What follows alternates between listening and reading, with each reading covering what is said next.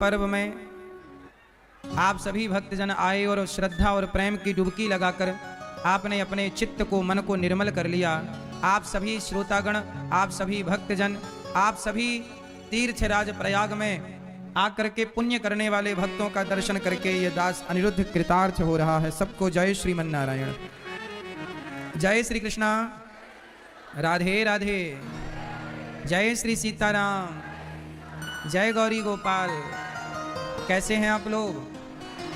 सदा आप अच्छे रहें। प्रयागराज की पावन धरती माँ गंगा की गोद में हम सब बैठे हैं और प्रेम से कथा की गंगा का रसपान कर रहे हैं, अपने जीवन को कृतार्थ कर रहे हैं। कथा के परीक्षित बन करके श्री प्रसिद्ध नारायण दुबे जी, श्रीमती गीता दुबे जी, ग्राम ककरा दुबाबल, दुर्वासा ऋषि जी की पावन धरती, पावन आश्रम प्रयागराज से हैं।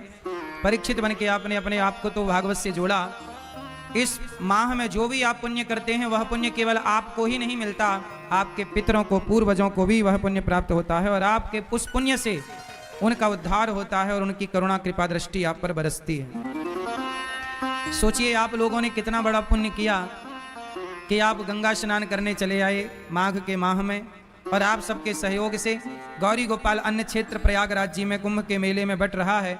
हजारों लोग प्रसाद पाकर के अपनी भूख मिटा रहे हैं और आप लोग जो दान कर रहे हैं, आपके द्वारा दिए गए दान से यहाँ अन्न क्षेत्र जब बट रहा है, बांटा जा रहा है, तो आपकी रोटी, आपकी पूड़ी, आपका प्रसाद जितने लोग पा रहे हैं, सब लोग दुआएं और आशीर्वाद दे रहे हैं और वह पुण्य उनको प्राप्त हो रहा है जिन्होंने ये अन्न क्षेत्र बंटवाया है। आप लोगों की तरफ से बांटा जा रहा है।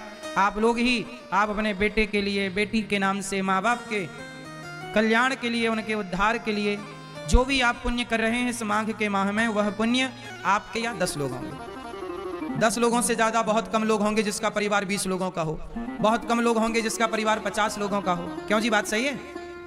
अधिकांश आजकल का परिवार 4 लोगों का है या 6 लोगों का है। आप लोग कमाते हो ना 6 लोगों के लिए, और सारी जिंदगी कमाते हो 6 लोगों के लिए, हाँ या ना? बोलो हाँ। भ्रष्टाचार भी करते हो 6 लोगों के लिए, चोरी भी करते हो 6 लोगों के लिए, बेईमानी भी करते हो। जो करते हैं उनका बोल रहे हैं, आप लोग अपने को ना समझ लेना। कुछ लोग बेईमानी करते हैं 6 लोगों के लिए, पाप करते हैं 6 लोगों के लिए, हाँ या ना? परिवार में 6 लोग ही तो हैं। सारी जिंदगी कमाते हैं 6 लोगों के लिए और फिर भी कमा के भी परेशान है। फिर भी शिकायतें हैं कि जिसके लिए कमाया वो बच्चा बड़ा होके कह रहा है कि तुमने हमारे लिए किया ही क्या है, हाँ या ना? अब देखो, आपकी हालत यह है कि आप 6 लोगों के लिए कमाते कमाते मर जाते हो। एक दिन सारी जिंदगी करते हो, धन धन धन, कहां मिलेगा धन, बाद में खत मिलता है कि हो गया निधन, पड़ा रह गया सारा धन। 6 लोगों के लिए कमाते हो। अब मेरा सुनो, ये दास अनिरुद्ध, आपकी 1 माँ है और आपके घर में 6 लोग हैं। दास अनिरुद्ध की 290 वृद्ध माताएं गौरी गोपाल आश्रम में। आज के युग में जो बेटा, जो बेटी अपनी माँ को घर से निकाल देता है, उन माताओं के लिए गौरी गोपाल आश्रम में आश्रय मिलता है और उन माँओं का बेटा बनकर ये दास अनिरुद्ध उनकी दवाई से लेकर, उनके भोजन से लेकर, उनकी सारी सेवाएं गौरी गोपाल आश्रम में। मेरी 290 माताएं हैं। कितनी माता? 290। अब बताओ, तुम 6 लोगों के लिए कमाते हो ना, इतना कमाते हो तो मेरी 290 माएँ हैं और सारी माएँ बूढ़ी हैं। रोज लाखों रुपया दवाई का खर्चा है। 290 माएँ जहां होंगी तो एक एक माँ को भी यदि दवाई की थोड़ी थोड़ी भी जरूरत हो गई तो समझ लो कितनी दवाई लगेंगी। तो बता, मुझे कमाना जरूरी है कि नहीं?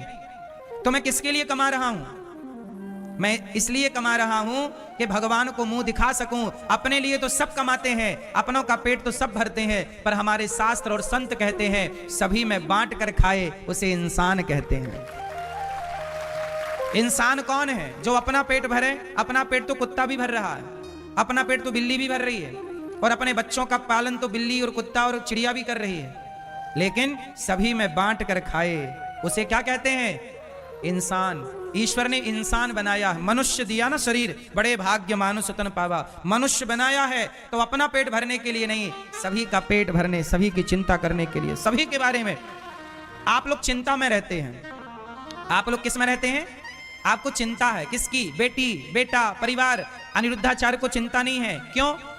जो व्यक्ति अपने परिवार की चिंता करता है, जो व्यक्ति अपनी चिंता करता है, वो चिंता कर करके मर जाता है। लेकिन समाज में वो लोग बड़े होते हैं जो अपनी चिंता नहीं, मुझे भी चिंता होती है। मैं यहाँ पर हूँ प्रयागराज में, पर मुझे चिंता है कि मेरी गौरी गोपाल आश्रम की वृद्ध माओं ने अभी भोजन किया होगा कि नहीं, उन्होंने दवाई ली होगी कि नहीं, मुझे भी उनकी चिंता है। याद रखना, जब आप किसी की चिंता करते हैं ना, तो भगवान आपकी चिंता करना स्टार्ट कर देता है, फिर आपको अपनी चिंता करने की जरूरत नहीं पड़ती। हमारा उद्देश्य शरीर किसके लिए बना? परोपकार, परोपकाराय सताम विभूतया, परहित सरिस धर्म नहीं भाई। वो स्वामी जी कह रहे हैं परहित सरिस धर्म। सबसे बड़ा धर्म क्या है? चलो बताओ, सबसे बड़ा धर्म क्या है? सबसे बड़ा धर्म क्या है? धर्म नहीं भाई, ए भाई, सबसे बड़ा धर्म क्या है? परहित।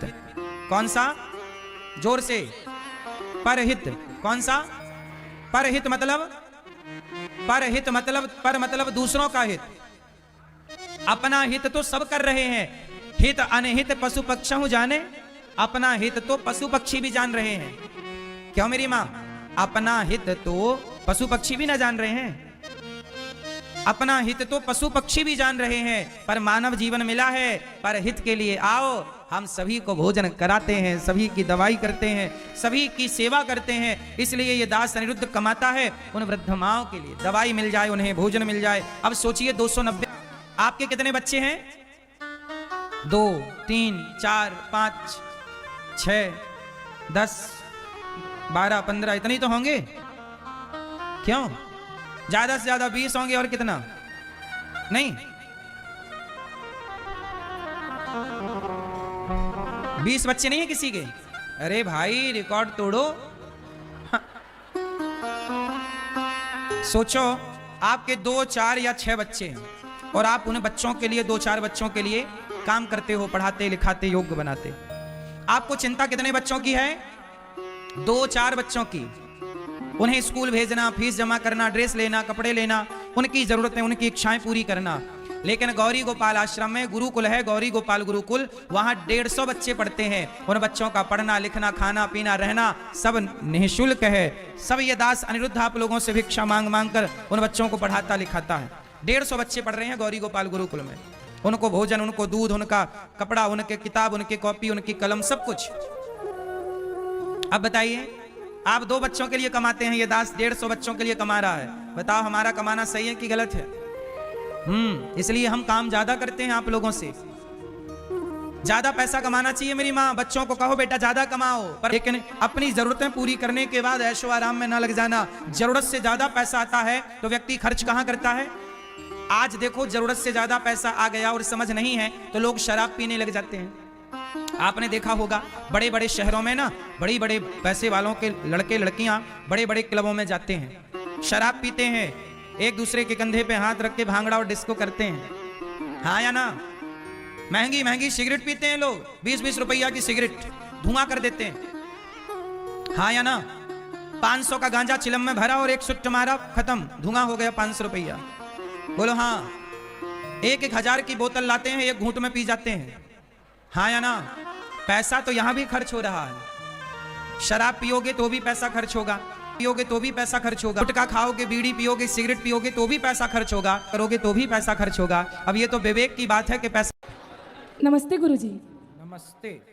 हम लोग मिथिला से हैं, राम जी के ससुराल से। वाह। और हम कोई प्रश्न नहीं पूछेंगे, हम दोनों गाते हैं, गायक हैं।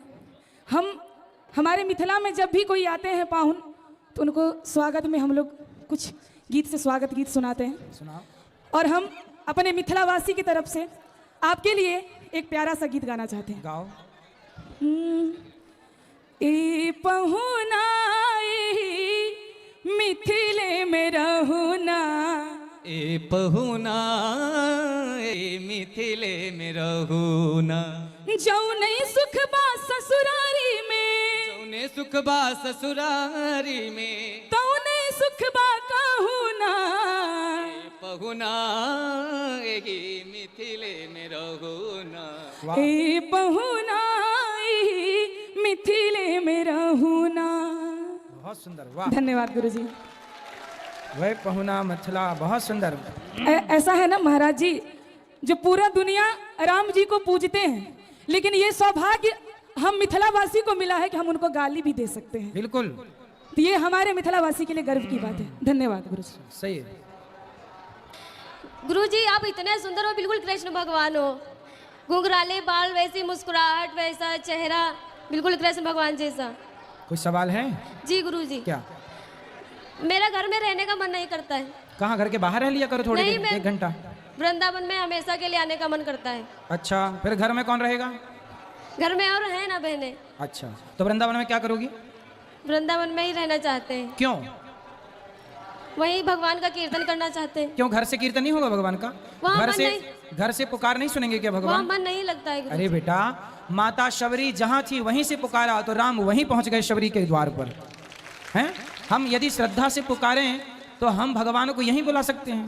जी गुरुजी। इसलिए बेटा घर छोड़ने का सोचना, आया करो वृंदावन, आया करो, रहा करो, माँ के साथ आओ, पिता के साथ आओ, रहो प्रेम से और आते जाते रहो, है ना? कोई दुर्व्यवहार करने लग गया फिर। इसलिए बेटा तुम घर में अच्छी हो और माँ बाप के साथ रहो, कीर्तन गुरुजी घर पर कोई भी करो। दिक्कत भी नहीं है, जीएनएम का कोर्स करती हूँ, फिर भी नहीं मन लगता है। लगेगा बेटा, पढ़ाई लिखाई करो, भक्ति करना बहुत जरूरी है, लेकिन घर की जिम्मेदारियां काम करना और भी जरूरी है। गुरुजी हम मतलब एकादशी का व्रत रहते हैं तो उसमें मतलब चावल वावल देखना छूना मतलब कोई पाप तो नहीं है? नहीं, छूना पाप नहीं है, देखना भी पाप नहीं है, खाना पाप है। गुरुजी। गुरुजी राधे राधे गुरुजी। जी, गुरुजी मुझे पढ़ते वक्त बहुत नींद आती है। तो सो जाया करो। मतलब अक्सर जब भी पढ़ते हैं तो फिर नींद आने लगती है, सोते हैं फिर भी। स्कूल जाती हो तो भी नींद आती है? मेरा बीए हो चुका है, एमए कर रही तो हूँ। कॉलेज में नींद आती है? कॉलेज में नहीं, ऐसे घर पे जब सेल्फ स्टडी करते हैं तब। तो पहले सो लिया करो, खूब नींद पूरी कर लो, फिर पढ़ने बैठा करो। अच्छा, सो के जब उठती हो पढ़ने बैठती हो फिर नींद आ जाती है?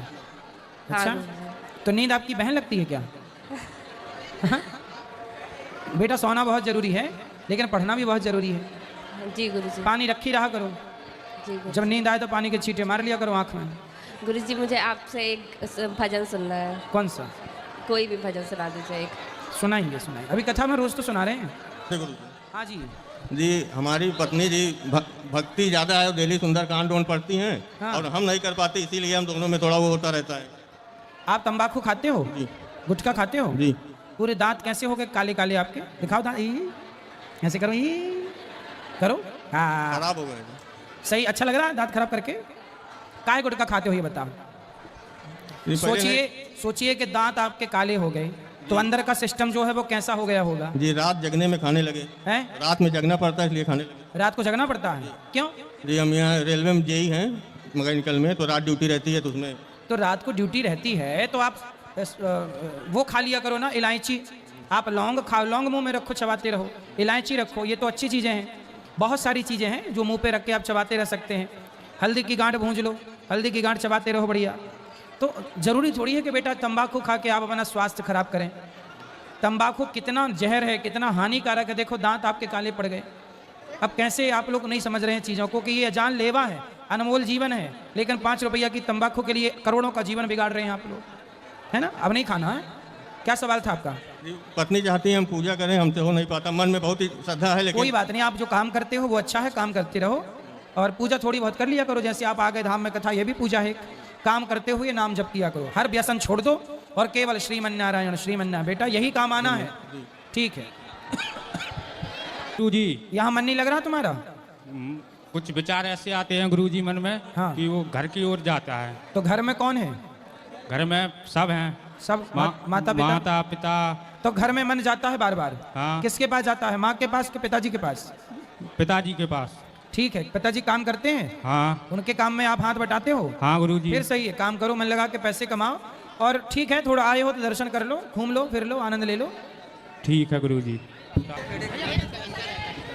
जय श्री राम महाराज जी, प्रणाम आपके चरणों में। महाराज जी मेरा प्रश्न कुछ नहीं है, बस हम ये कहना चाहते हैं कि जब रास्ते में हम तिलक लगा के चलते हैं तो बहुत सारे लोग कमेंट करते हैं, और मुस्लिम तो नहीं करता है या अन्य पंथ के लोग नहीं करते हैं, ये हिंदू समाज के ये लोग बहुत कमेंट करते हैं, अरे ये देखो आसाराम की चेली जा रही है और ये ऐसी साध्वी जा रही है, बबाइन जा रही हैं। तो ये जो हिंदू धर्म के ही लोग हमारे अपने ही धर्म को जो ग्लानि पहुंचा रहे हैं, हम ये चाहते हैं कि आप बस इतना सा उनसे कह दीजिए कि अगर कोई स्त्री हो, कोई बालक हो, कोई पुरुष हो, कोई भी व्यक्ति हो, अगर तिलक लगा के चल रहा है तो उस पर कमेंट ना करें, क्योंकि बहुत सारे लोगों की ये इच्छा होती है तिलक लगाने की, परंतु वो तिलक सिर्फ कमेंट की वजह से नहीं लगा पाते कि अभी कोई देखेगा तो कुछ ना कुछ कहेगा। तो बस आप कुछ ऐसा कह दीजिए कि जिससे वो सभी लोग आत्मसम्मान के साथ तिलक भी लगा सके और कोई कमेंटबाजी भी ना करे। आज लाखों की संख्या में अंग्रेज लोग वृंदावन में रहते हैं जी और अंग्रेजों में जो स्त्रियां हैं, अंग्रेजों की गोरी स्त्रियां, जी जी जी उनके माथे पर तिलक है, उनके गले में तुलसी की माला है और अंग्रेजों के बच्चे गुरुकुल में पढ़ रहे हैं और पैंट शर्ट और टाई लगाकर नहीं, धोती कुर्ता कांच लगाकर धोती पहन के स्कूलों में जा रहे हैं। बिल्कुल अंग्रेज लोग, अंग्रेजन लोग हरे कृष्ण जप रहे हैं और ये हिंदू लोग, यही तो दुर्भाग्य है हमारे देश का। हमारे देश में जब अंग्रेज आए और मुगल आए जी, जी। तो उन्होंने यही तो किया जी, जी। कि हमारे अपने धर्म के प्रति ही जी, जी। हमारे अपने धर्म के लोगों के भीतर जहर भर दिया जी ताकि आप अपने धर्म का सम्मान ही ना करें। आज का युवा देखो, बीड़ी पीता है, सिगरेट पीता है, शराब पीता है, लिविन में रहता है, उसे वो गलत नहीं मान रहा है, लेकिन कोई माथे पर तिलक लगाए, कंठी पहने तो लोग उसे गलत कहने लग जाते हैं। ये गलत मानसिकता समाज में घुसाई गई है, इसलिए आप बिल्कुल परेशान ना हो। आप यदि एक बेटी तिलक लगाएगी तो आपको देखकर 10 लोग क्या कहते हैं इसका ध्यान ना करो। आपको देखकर 2 बेटियां और तिलक लगाने लग गई तो आपकी जीत हो जाएगी, वो हार जाएंगे। महाराज जी, हम लगाते हैं तिलक, हमें किसी के कमेंट से कोई दिक्कत नहीं है।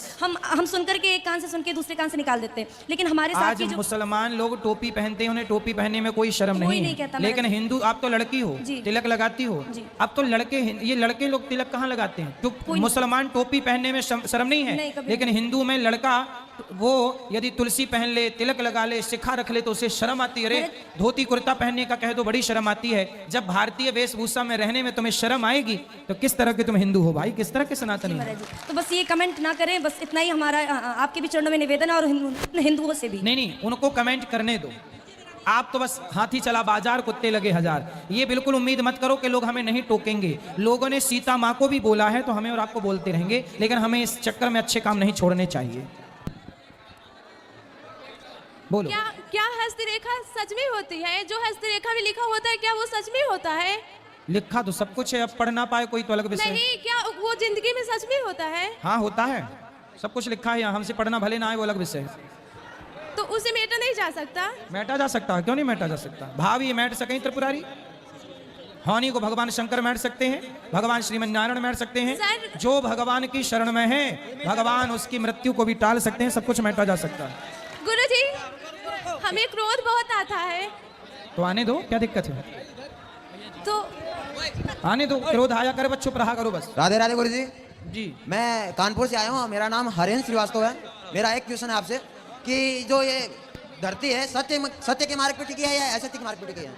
धरती, जी जी जी। तो जी, ये जो धरती है जो सत्य के मार्ग पे टिकी है या असत्य के मार्ग पे टिकी है? ये धरती सत्य पर टिकी है, असत्य पर काहे सत्य पे टिकी है। हाँ जी। पर जो आज का युग चल रहा है, इस युग में असत्य का ही साथ देते हैं लोग। हाँ, अभी हम लोग रास्ते में आ रहे असत्य थे। का बोलबाला है, इसका मतलब ये नहीं कि सत्य खत्म हो गया। जी जी, अभी लोग हम रास्ते में आ रहे थे तो बीच में पुलिसकर्मी जो लगी है हमारे, जो 72 घंटा ड्यूटी पे लगी है, उसमें एक बजरंग दल के लोगों ने विरोध कर रखा था। वो गाड़ी नहीं जाने दे रहे थे, गाड़ी नहीं जाने दे रहे थे। ये छोटी बातें हैं बेटा, पुलिस नहीं आने देती, लोग कहते हैं हमें जाना है, लड़ाई हो जाती है, ये तो रोज के काम है। जी गुरुजी, पर आज के युग में जो लोग, ये होता है कि असत्य की तरफ अगर ज्यादा लोग हैं तो उधर ही लोग हो जाते हैं। सही है, सत्य है कम है। जी जी, सत्य कम है तो ये तो विरोध हो गया ना, सत्य जीतता नहीं है। सत्य की ही जीत होती है अंत में। होती है, लेकिन आप मुझे बताइए कि आज के युग में इतने जो वकील बैठे हैं वहाँ पे लोगों को इंसाफ नहीं मिल रहा है। इंसाफ नहीं मिल रहा है, तो क्यों नहीं मिल रहा है? क्योंकि कानून अंधा है। कानून अंधा है। यदि कानून की पट्टी उतार दी जाए तो न्याय मिलना स्टार्ट हो जाएगा। जी जी जी, तो ये गलत है ना गुरुजी? बिल्कुल गलत है। तो इस पे मैं आपसे यही निवेदन करना चाहता हूँ कि आप लोगों से बताइए कि सत्य के ही मार्ग पे चलें। मैं तो बोलता हूँ बेटा, और ये भी बोलता हूँ कि इस देश में अंधे कानून की जरूरत नहीं है, आंख वाले कानून की जरूरत है। बिल्कुल बिल्कुल गुरुजी, आपसे मैं यही कहना चाहता हूँ। एक क्वेश्चन और है गुरुजी मेरा, आप ये मुझे बताइए कि गुरु बड़ा है या माता पिता? गुरु बड़ा है या माता पिता? माता पिता भी तो गुरु है ना। लेकिन लोग कहते हैं ना कि गुरु गोविंद दोनों खड़े काके लागू पाए, भले हरे गुरु आपने गोविंद दियो बताए। ऐसा है जी गुरुजी कि खदान से जब हीरा निकलता है, जी जी, तो हीरा की कीमत तो होती है, जी जी, लेकिन यदि हीरे को तराशा ही ना जाए, जी जी गुरुजी, तो क्या बाजार में उसकी कीमत होगी? नहीं नहीं नहीं नहीं। उसी तरह माँ बाप के गर्भ से तुम जैसा हीरा पैदा हो गया, बिल्कुल, बिल्कुल, पर गुरु उसे तराश कर उसकी कीमत बढ़ाता है, इसलिए गुरु और उसकी कीमत चमक बढ़ाता है। जी गुरुजी, इसलिए गुरु का भी अपना महत्व है। जी गुरुजी, मेरे माता जी को एक बार राधे राधे बोल दीजिए। खुश रहिए, खुश रहिए। राधे राधे बोलिए। राधे राधे। गुरुजी राधे राधे। हाँ जी, मैं विकास सिंह कानपुर से आया हूँ। मैं गुरुजी आपसे मेरा एक क्वेश्चन है कि व्यक्ति श्रेष्ठ होता है या धर्म? धर्म।